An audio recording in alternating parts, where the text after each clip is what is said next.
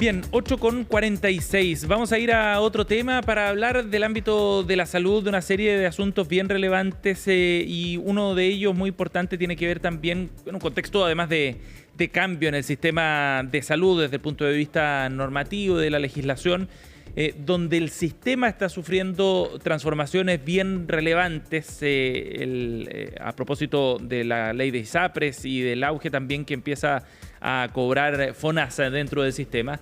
Es importante también destacar otras normativas que están en plena vigencia y de las que muchas veces se sabe poco, a propósito de la ley de urgencia, por ejemplo, y de su implementación también en nuestro país. Un reciente estudio desarrollado por Interclínica muestra que casi la mitad de los encuestados sabe precisamente en qué consiste la ley de urgencia, pero son muy pocos quienes conocen los detalles respecto a las implicancias económicas también que están detrás de esta normativa. De este tema conversamos con el Superintendente de Salud, Víctor Torres, aquí en CNN Chile Radio AM. ¿Cómo está? Bienvenido, Superintendente. Muchas gracias por la invitación. Gracias por estar con nosotros.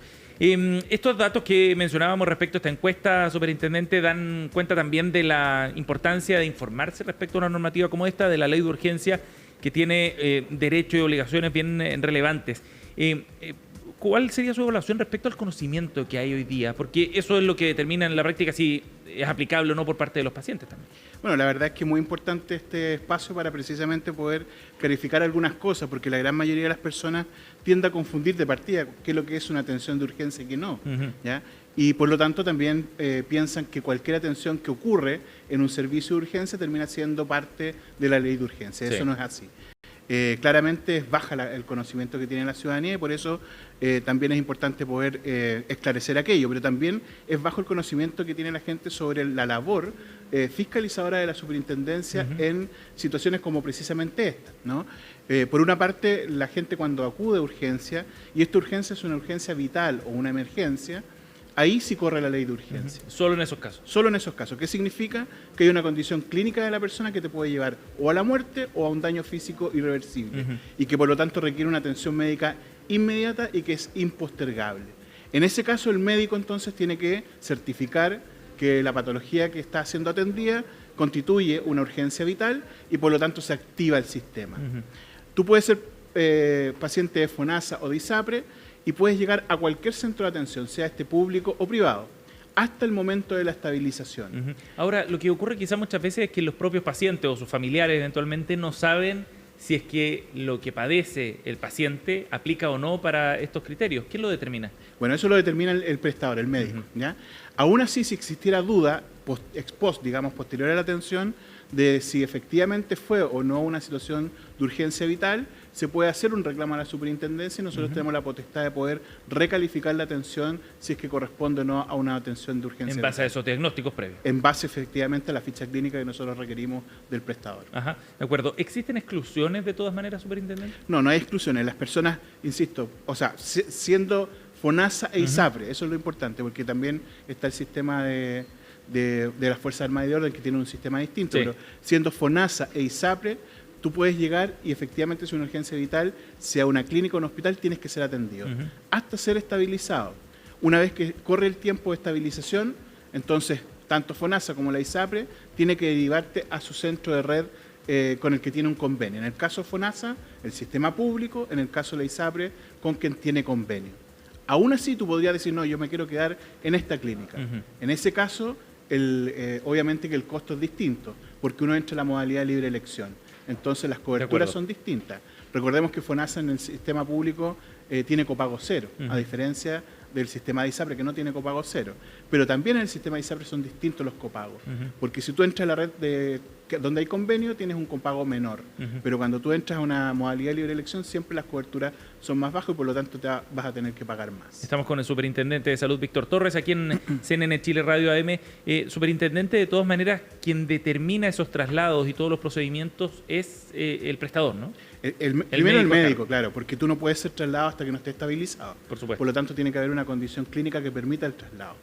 Tiene que ser informado el seguro precisamente para que el seguro pueda determinar, ya habiéndose estabilizado, cuál es el prestador al que te corresponde, y ahí las personas pueden decir, mire, ¿sabe qué? Yo me voy al prestador que corresponde o eventualmente me mantengo acá, pero con la condición de que cambie el tipo de cobertura que tú vas a tener.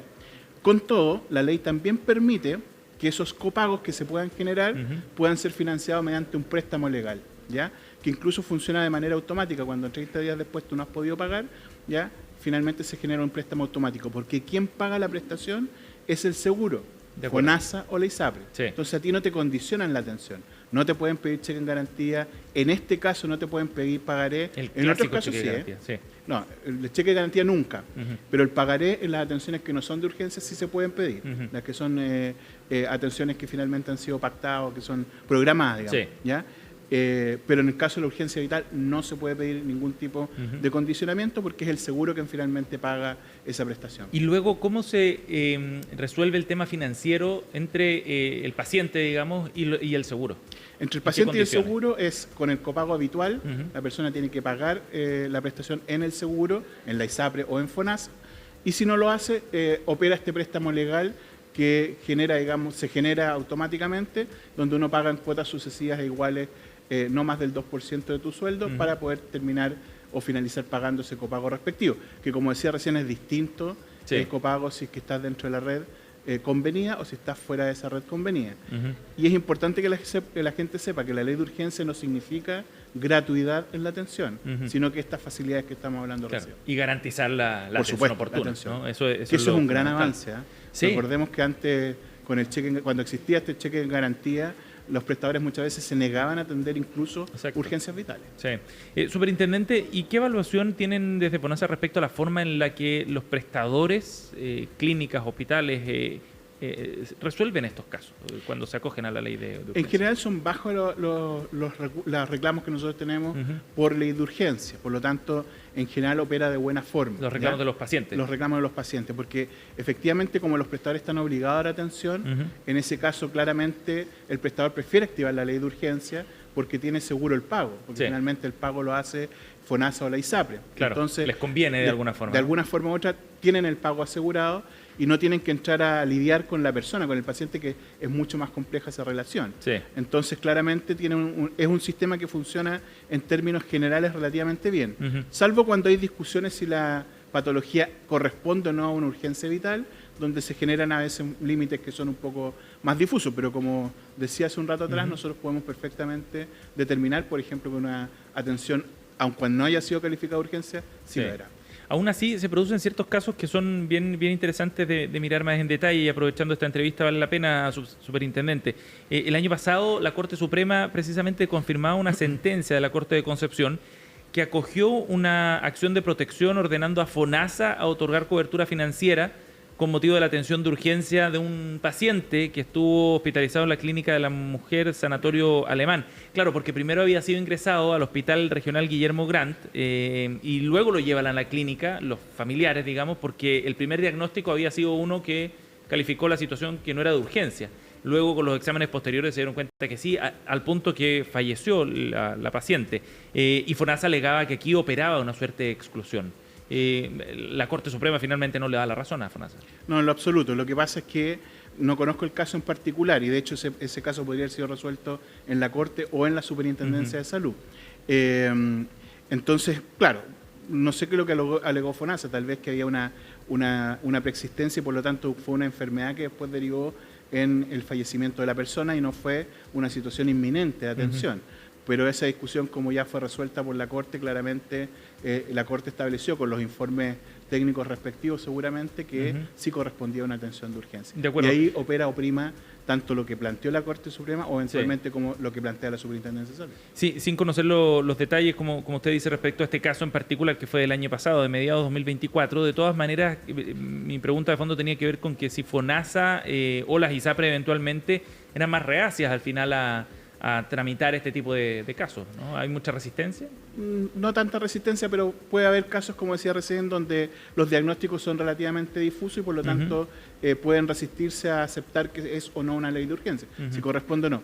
Pero siempre cuando existe esa discusión, quien define finalmente es la Superintendencia de Salud ante un reclamo que sí o sí tienen que interponer las personas, ya sea el paciente o eventualmente un familiar. De acuerdo. Superintendente, respecto a este tema, estamos en un momento de transformación del sistema bien importante, ¿no? A propósito de la ley corta de ISAPRES, del traslado de muchos afiliados desde las ISAPRES hacia FONASA también. Respecto a la aplicación de distintas normativas, no solo la ley de urgencia, ¿cómo evalúan ustedes que está preparado FONASA para enfrentar ese traslado y el mayor número de afiliados que se proyecta también hacia el futuro? Sí, la verdad que ha habido un movimiento de personas bien significativo desde el 2022 a la fecha. Yo diría que en el último tiempo ha ido disminuyendo ese cambio, ese traspaso, creo que se estabilizó de alguna forma u otra. Pero fue un movimiento bien significativo, más de 500.000 personas que logran trasladarse de un sistema a otro. De hecho, disminuyó en aproximadamente un 3%, de un 17 como un 14, si mal no recuerdo, la cantidad de personas que están en el sistema de ISAPRE hoy día. Por lo tanto, 14% hoy día. De 17 a 14, claro. Debe ser de los números más bajos en más de 10 años, ¿no? En su historia. En la historia. En la historia. Entonces, claramente, FONASA hoy día tiene una cobertura del 80% y un poquito más podría ser de la población total de Chile. Entonces, es una presión importante. Ahora, la ley corta le permitió a FONASA poder crear la modalidad de cobertura complementaria que tiene que implementarse este año y que va a permitir de alguna forma u otra que la gente que está acostumbrada a atenderse en el sector privado tenga mejores coberturas, ¿ya? Claro. Porque FONASA tiene coberturas para que tú puedas ir a un médico particular o a una clínica. Libre elección. Libre elección, pero son coberturas muy bajas. En cambio, la modalidad de cobertura complementaria va a permitir que tú puedas adicionalmente poder colocar sobre tu 7%, pero mejorar tus condiciones de cobertura en el sistema privado de salud. ¿A través de los seguros complementarios? A través de los seguros complementarios. Ajá. Y además tener el beneficio, si quieres irte a la red pública, del copago cero. Claro. Porque FONASA tiene copago cero desde septiembre del 2022 en todos los centros o recintos asistenciales públicos del país. Ahora, superintendente, de todas maneras, para que el sistema funcione, requiere esto que ese segundo piso, que son los seguros complementarios, funcione bien efectivamente y haya una oferta suficiente. ¿Cómo han visto ustedes esa oferta? Bueno, hasta el momento FONASA elaboró, digamos, todo lo que son las bases de licitación que tienen que ser evaluadas o visadas por la Contraloría para luego poder generar esta licitación pública con los distintos seguros. En paralelo, el gobierno ingresó un proyecto de ley para fortalecer también aún más el rol de FONASA, de tal manera que no solo tenga este instrumento que le entregó la ley corta, sino que otros más para dinamizar y hacer más eficiente su rol. Por lo tanto, esperamos nosotros tener un FONASA que pueda comportarse como un seguro único, que sea realmente fuerte, eficiente y que permita mejorar las garantías de acceso a oportunidad de cobertura financiera a más del 80% de la población. Sí. Superintendente, en otro tema vinculado a la ley corta de ISAPRES también, después de toda la forma en la que se resolvió esto y de las propuestas que hicieron las mismas ISAPRES para los planes de devolución, queda una sensación también de que la misma ciudadanía no está tan conforme con esos planes. El último dato que muestra Plaza Pública CADEM respecto a este tema es del 8 de diciembre pasado, muestra que el 77% de los afiliados a ISAPRES está en desacuerdo con el plan de devolución y un 75% dice que hay que hacerlo en un plazo menor, aunque quiebren. Ese dato es bien importante. Finalmente, ¿cumplió su objetivo la ley corta de ISAPRES desde el punto de vista de los usuarios y de los afiliados? Mira, dos cosas, porque es bien interesante lo que ocurre respecto de la opinión de las personas, porque meses atrás, cuando se discutía la ley corta, un porcentaje que no recuerdo ahora, pero bastante mayoritario, planteaba que incluso estaba disponible a que no se le devolviera su plata en la medida en que no quebraran las ISAPRES. Luego la gente cambió y dice, no, me devuelven indistintamente si quiebran o no. Ahora uno lo entiende porque se generó una molestia bastante masiva, aun cuando desde el punto de vista de los reclamos fue bastante poco, digamos, ¿no? Nos llegaron muy pocos reclamos. Sin embargo, uno entiende, digamos, que se generó esa molestia. Sin embargo, lo que la ley buscaba era, primero, que se cumpliera con las sentencias de la Corte.